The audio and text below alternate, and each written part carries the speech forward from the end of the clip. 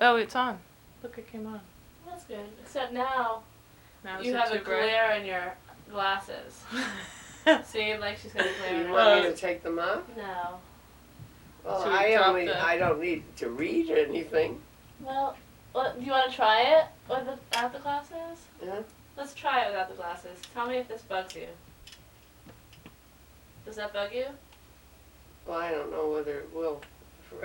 For a long time. I have Is it cataracts, you know, Oh. but they're not too bad yet for the surgery. It's pretty bright, isn't it?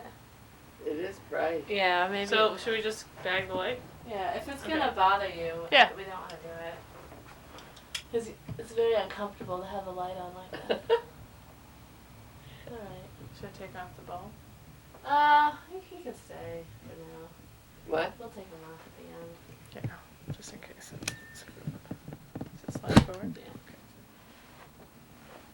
See, You can tell we're technical I'm geniuses. seeing dots now, you know, Yeah. from the effect of it. So if Yeah. I stared at it a long For a time, long time, it'd be really bad. Okay, we're not doing that. Stop. Okay.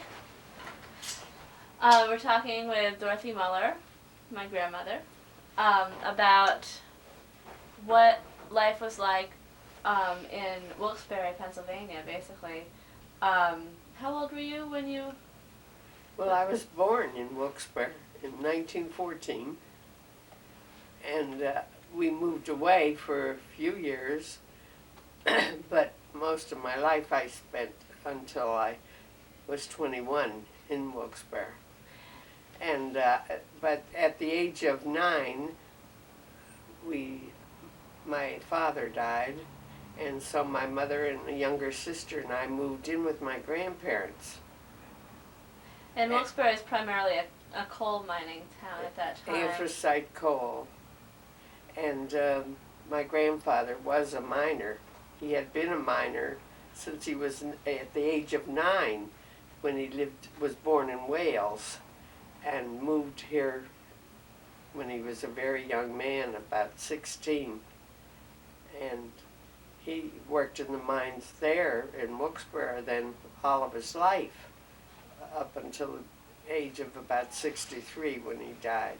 What do you remember about his lifestyle working in the coal mines and what it was like? Well, I think I mentioned once to you, if anyone ever wanted to look at the film How Green Was My Valley, which was made years ago in the 40s, I think, with Maureen O'Hara, and it typified the type of life. It was so much like that movie, even though the surroundings, the hills of the Wilkes-Barre is in a valley with mountains all around it, and it was typical of the way the families lived, because all the miners worked, and they started out early in the morning. They hardly ever saw daylight because they were working in the mines. And then the big event, of course, was when they would come home, we all had to leave. They weren't allowed to, like my grandfather wasn't allowed to bathe, even though at that time they had put plumbing in the house where they lived. But they wouldn't allow, because they were so dirty when they came home. I said always they were really get the dirtiest at their work, but then they were the cleanest. They bathed so frequently, and they would always have to fill. I'd help my grandmother fill this aluminum tub that they put in front of the stove in the kitchen, and filled it with water for Dada, we called him, and then the girls, we all had to leave the room when he would be able to go in the kitchen and where he was allowed to bathe, and that was always, we sort of giggle about that. We could not understand why he wasn't allowed to take his bath up in the regular bathroom where we had a bathtub, no shower but a bathtub. Did he ever suffer any health problems from the Well, mining? he died of cancer, but you know, I don't know. He smoked a pipe, so but you know, the air that you inhaled all the time in Wilkes-Barre, whenever you would have a cough and you would have to expectorate, you'd always have this black film in the residue that you would have when Just you had a cough. anybody who was. Anybody. I remember that as a child myself.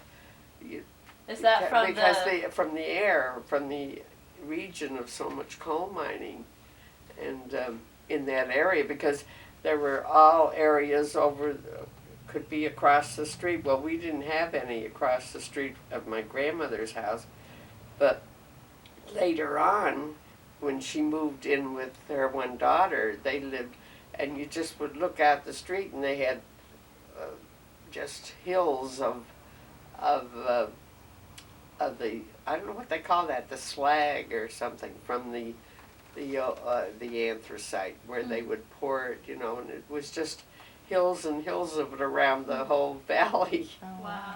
And I guess whenever wind or whatever would raise that dust, so there was that dust You're in always the air breathing. all the time. And so many people, just like, well, Heather knows her Uncle Johnny, you know, he worked in the mines greater part of his youth from graduating from high school. And they, so many die of emphysema. So many miners, up there they call it the black lung. right. It's called the black lung disease, and it's simply because their lungs have inhaled all through their life, working in that surrounding, that so many have died, even though, like your Uncle Johnny, he had a heart problem too, but the fact is that his emphysema, I think he would have, you know, survived better without that condition. You know. Did people, when your grandfather was working, were people in the community aware of all the health risks involved with working in the mines, or was it not something that people talked about, or? Well, they talked about it, but mostly what they feared were the accidents, because there were very terrible accidents. I mean, even as a young woman, when I started to take up nursing, I can remember that because I worked as a student at the hospital, and my one big experience, I don't know whether to tell this or not, but in the OR, in the operating room, and I was on instruments, and I had to make the ties to tie for suturing, but an accident case came in, and the leg was so shattered, you know, it had been a cave-in in the mines, and there were terrible accidents from that. And of course the physician, he had to amputate the rest of the leg but it still had the boot on it and everything. And of course there was no container big enough on the table, on the surgical table, to put the whole leg, you know. So he just handed it to me like that, put my arms out, and of course immediately I was considered unsterile on this case, and the OR supervisor, she immediately said, "Miller, get off the case," you know, and I had to walk out, and then you had to prepare that, and it was sent and bathed and put in formaldehyde, and you had to, it went to the lab, you know, for study, but I mean, that was the first time, I guess, I was always so impressed. But as a child, I remember when they'd hear of a cave-in, the women, my grandmother and her friends whose husbands worked in the mines, I know they had a false rumor once that they thought it was my grandfather was in the accident, but sure enough, he came walking around the corner, you know, and she was so thrilled, but we were all waiting. You know, it was always when there was a thing like that, or they get overcome by gas, you know, explosions. And so there were a lot of accidents in the mines. I know as a child I was always impressed by that. And later on I experienced how badly they were injured, you know, from having those kind of cases. Wow. But, and the other condition, I mean, as you said, of the inhalation of all the dust and everything, well, we just took it for granted. There was nowhere else you could go, so you just had to accept this. Right. Do you think the air quality in Wilkes-Barre has gotten better as time has gone on?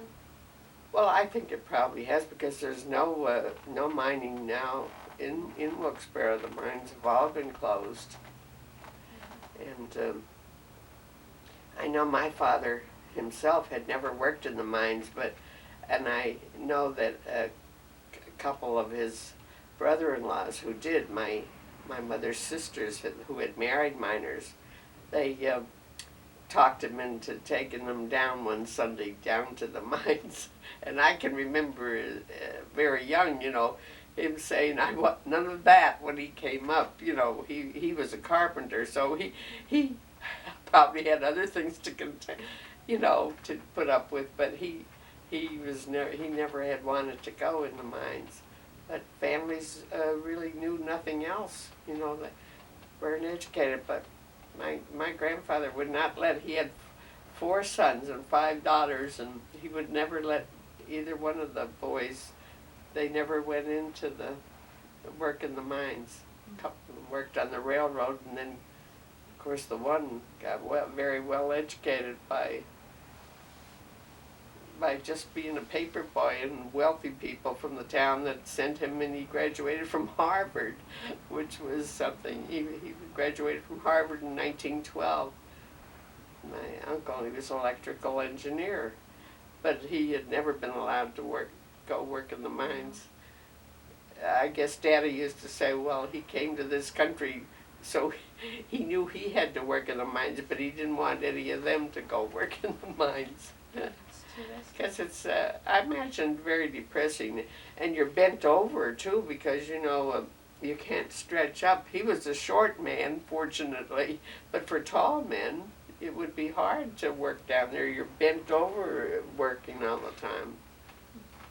But, of course, I never went down in the mine, so I never... Is it true they take a canary down with them in case well, there's that gas? would test whether there was gas present.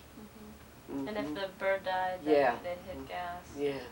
Right, because there's natural gas in there, too, that they could possibly hit. Is that what it is? Possibly, yeah.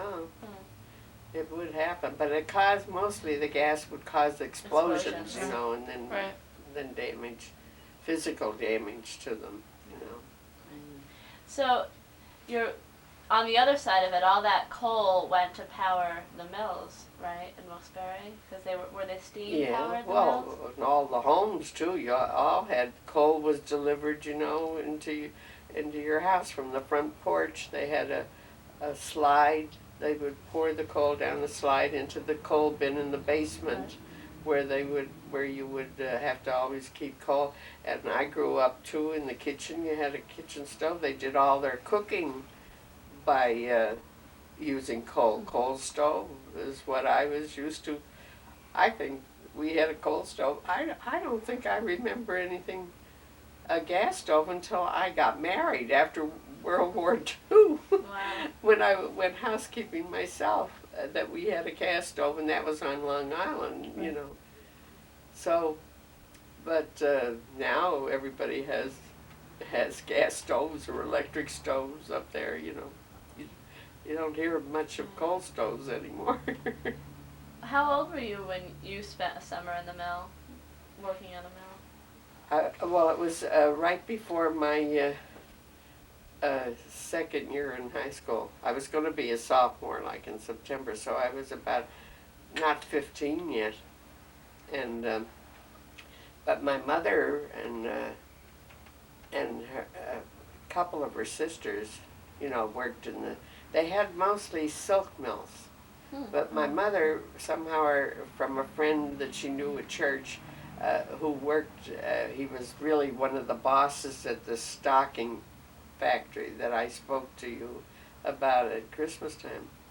They made men's socks, and she was considered a looper. Is that what you want me to tell you? What kind of work she had to do? Yeah, what was it like working in there? She did like piecework, they called it. She'd get